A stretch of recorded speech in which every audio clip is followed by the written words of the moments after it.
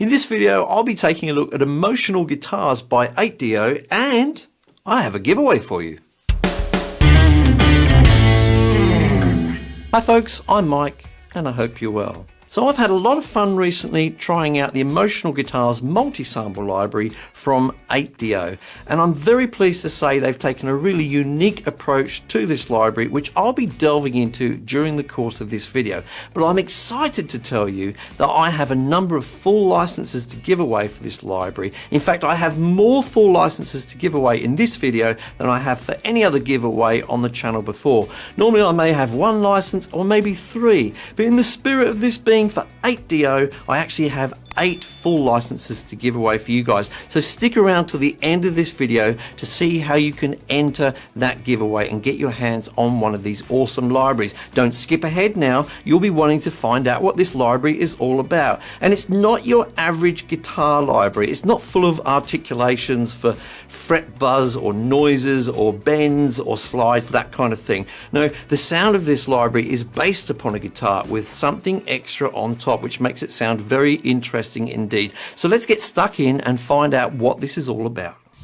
So Emotional Guitars Multi-Samples is a Kontakt library, and you will need the full version of Kontakt to use it. Now it comes with 2 different instruments with the articulations in the library being spread across those 2 instruments alphabetically. So on the left you can see one here with the articulations from A to F, and then on the right you can see articulations from G to Z. Apart from that, there's no actual difference between the instruments. Now I think they've done that because there's so many articulations here. If you had them all in one instrument, it'd be a little bit unwieldy to use, and also because you can switch between the articulations using key switches. You can see me doing that at the bottom there now. If you had all of the articulations in one instrument, I don't think there'd be enough keys, or it would be just too difficult to have that many keys to switch between them all. So they've split it into 2, which I think is rather helpful.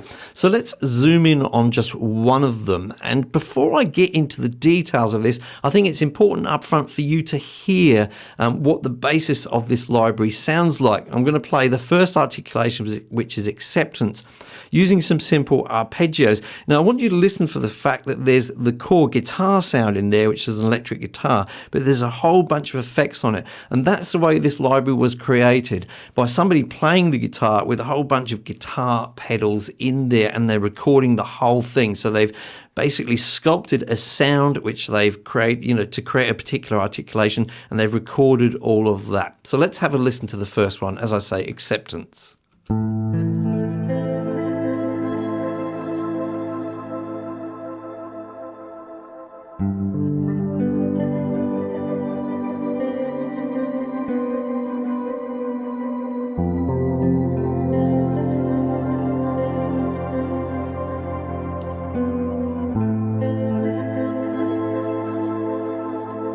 Now you can hear right away this has a real sort of filmic, cinematic soundtrack nature to it. So you're going to be thinking, as soon as you hear some of these articulations, wow, this is really good if you're making film music and that kind of thing. However, I do think there's a case to say that it's a bit more versatile than that, and you could use it in some contemporary music. And I've made a demo for that a little bit later on, so you can hear that more towards the end of the video.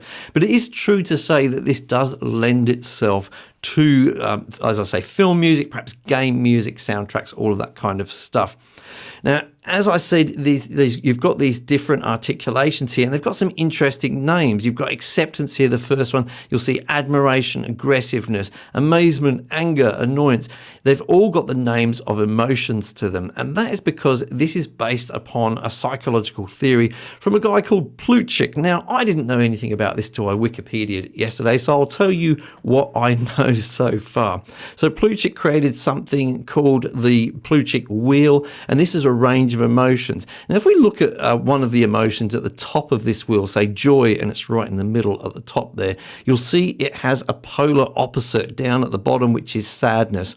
So Plutchik seems to have contended that we have 8 core emotions. Those are the ones in next to joy there. So we've got joy, trust, fear, surprise, sadness, disgust, anger, anticipation, and that they all have sort of these polar opposites. And then we have other related emotions to those, perhaps more complex emotions, and you can see the relationships between all of those different emotions. I don't fully understand it, but that is the inspiration behind the way that they've designed this library, and good on them for taking a different approach, I think. So the way you're going to choose your articulations when you're creating music is going by those emotional names. If that's perhaps the kind of emotion you're looking for, then that would be a good starting point. And they are starting points because you can actually change these sounds. So you can see some controls at the bottom here to start to change the sound. So if I wanted to have less attack on that acceptance one that I'm using, I'll just put the attack all the way up there. Have a listen now.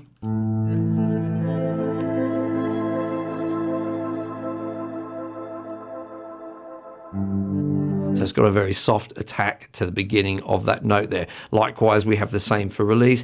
Then we have this speed control here, which what it seems to do is change the sort of modulation speed of the effects that we can hear on that guitar. It's better demonstrated than talked about. So we'll put the speed all the way down to the bottom there to its slowest setting. Let's have a listen. Then I'll push it up to the top.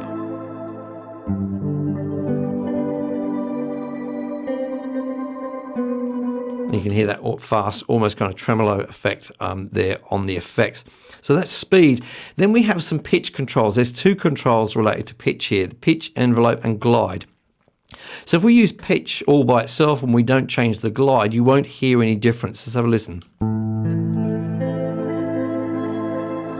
So glide controls how the pitch is changed. It's in its neutral position at the moment at 12 o'clock.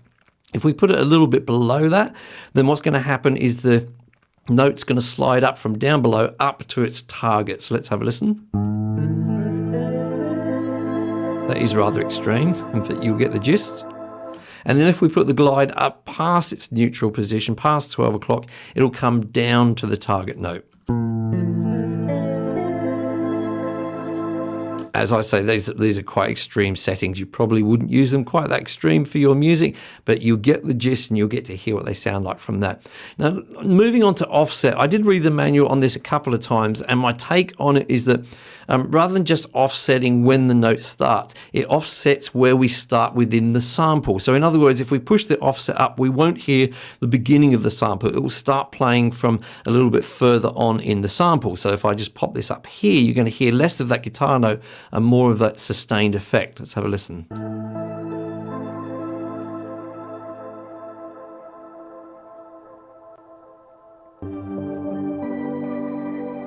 So that's the offset, and we have a randomized control there relating to that. So what that means is if, say, you've got the offset here, what's going to do is it's randomly going to change the offset from anything from 0 up to the point where you've set it to there. So that's going to give it a bit more of a natural feel. You'll have a lot more variations between the sounds of different notes. Let's have a listen.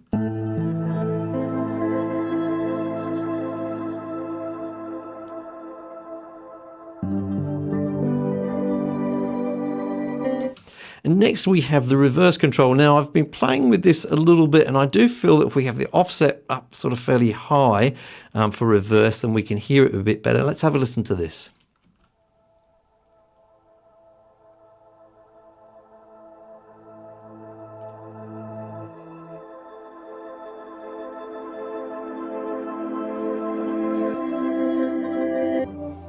So it's kind of as you'd expect, reverse. Listen for the hidden messages, folks. Now, the next one is chaos. Now, I'm not going to click on chaos because it will mess things up here, but what it essentially does is it randomly changes all of the settings of these controls here. So you can just randomly stumble across a certain sound. So if you're looking for inspiration, that may be a way to go, and you may just happen upon something that you really, really love. Now, the stack control is really important because that allows us to combine some of these articulations together. So let's turn stack on, and I'll have acceptance on, but I'll also switch on anger here. And I'm just going to drag the volume of anger down a little bit while I do that, so it's a little bit more subtle. Now let's have a listen to those articulations together.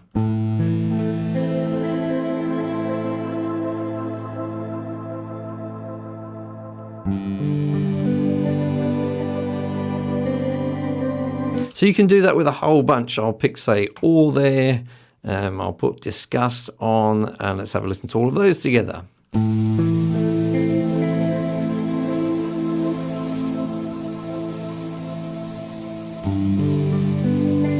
So stack is really important, and then that really opens a whole new world of combinations. Now, just while I'm here looking at this interface, you can actually get rid of or purge the articulations you're not using. So say I'm set with these ones and I think, well, I'm not going to be using amazement or anticipation or boredom, etc. I can just switch them off, and that's going to save memory. You'll see the memory changing at the top there as I do that. So if you are very conscious of the amount of memory you're using on your system, then this is a really useful feature here. So moving on, I'll turn stack off so that we're back to our acceptance articulation there. Let's move on to the sequencer. Now, if I could change anything about this plugin, I'd change it from sequencer to arpeggiator, because for my mind, that's more of what it does. Now, if I switch this on, it's bypassed at the moment. I'll change to say up and down, and then I'll play a chord on the keyboard, a little C triad. Let's have a listen. Let's change a bass note.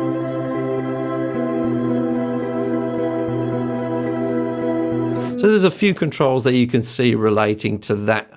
So as I say, not really a sequencer for me, more of an arpeggiator. Moving on to effects. I think the effects are really, really interesting. Let me just make sure I've got that bypass first. Yep. So we'll go on to effects. Let's switch on this one here, low pass, and I'll move this up here. I'll move it around a little bit. Let's play.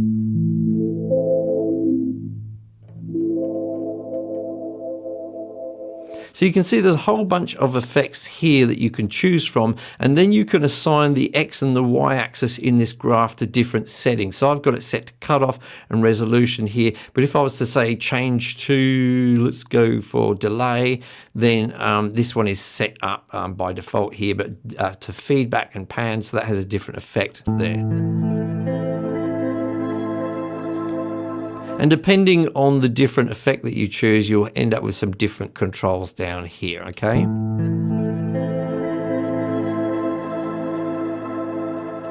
So you do get some nice effects there. And then in the modulation section, we have a few different things going on there. First of all, there's expression, which you can see is tied up with my expression wheel on my keyboard here. I'll just wiggle that around.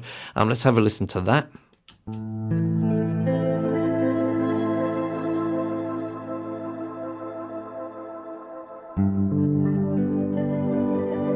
And a few different controls there. I'd say one of the more significant ones there would be stereo, so that makes it much, much wider. I've actually got it really wide at the moment. Let's make it nice and narrow. You'll hear the difference right away. So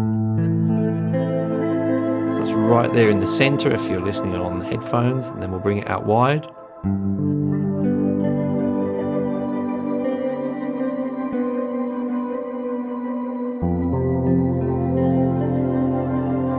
So that is the key controls there. Now, I did mention earlier that all of these sound a little bit sort of cinematic, and definitely if you're looking for some sounds to go along with that type of music, if you're making that, this is a really great plugin. But can it be used for a contemporary piece of music? Well, I actually think it can if you use it in the right way. So I've put together like 1 minute of music here. I'll let you guys have a listen. Now, I've chosen a few different emotions here. I've chosen surprise, I've chosen love, I've chosen awe, and I've chosen anger. So you'll see them coming up as I play this piece of music. Let's have a listen.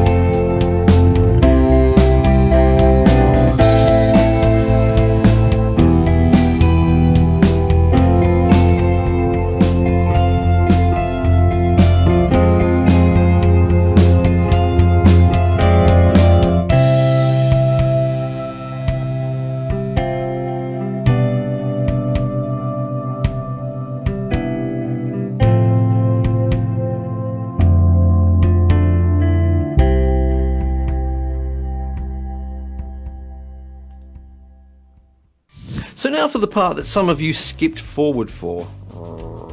Now I'll be telling you in a moment how to enter for this giveaway, but I'll also be giving instructions about how to get bonus entries as well. So listen carefully. First of all, I want you to start off by liking this video. When you've done that, I'll just wait for a moment, thank you, then head down to the comments down below and let me know why you like this library and how you will use it if you get your hands on one of these licenses. Now, if you want to get some bonus entries, head over to my Facebook page, I'll have a link for that in the description, and make sure you share the post about this video. Then if you want even more entries, head over to my Twitter account, again there will be a link in the description, and make sure that you retweet the tweet about this video.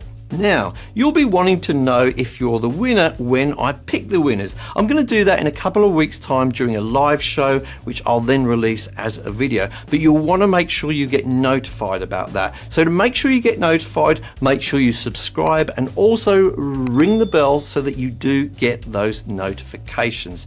Thank you so much for joining me today in this video. It's always a pleasure to see you, and I will see you in the next video.